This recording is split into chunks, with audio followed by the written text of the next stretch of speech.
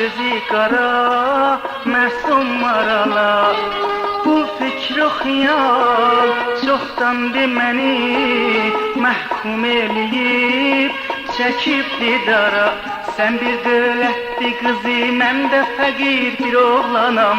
Sənin yerin yurdun var, mən bir avarə çobanam. Sən bir dövlətli qızı, mən də fəqir bir oğlanam. Sənin yerin yurdun var, mən bir avarə çobanam.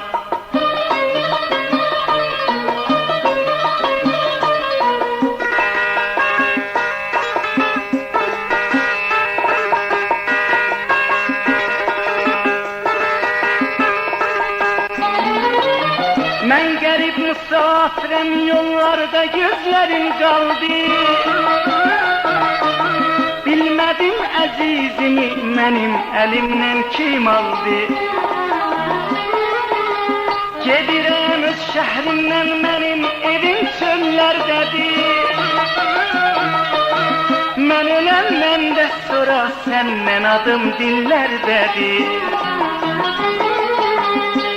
And içərəm əzizim anamızın canına, qanını qataram mən məzlumların qanına.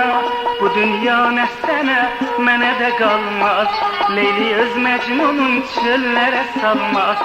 Bu dünya nə sənə, mənə də qalmaz. Aşıq öz eşqindən intiqam almaz.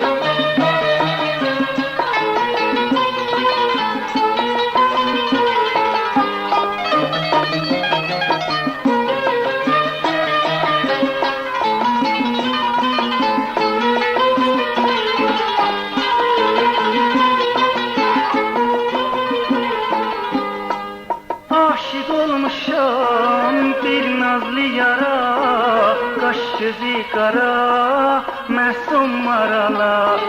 Bu fikr o xiyal çoxdandı məni məhkum eləyib, çəkib didara. Sən bir dövlətli qızı, mən də fəqir bir oğlanam. Sənin yerin yurdun var, mən bir avarə çobanam. Sən bir dövlətli qızı, mən də fəqir bir oğlanam. Sənin yerin yurdun var, mən bir avarə çobanam.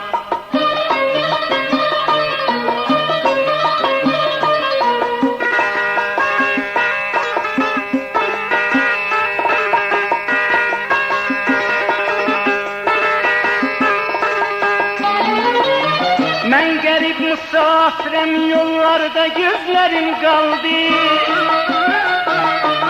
Bilmədim əzizimi mənim əlimdən kim aldı.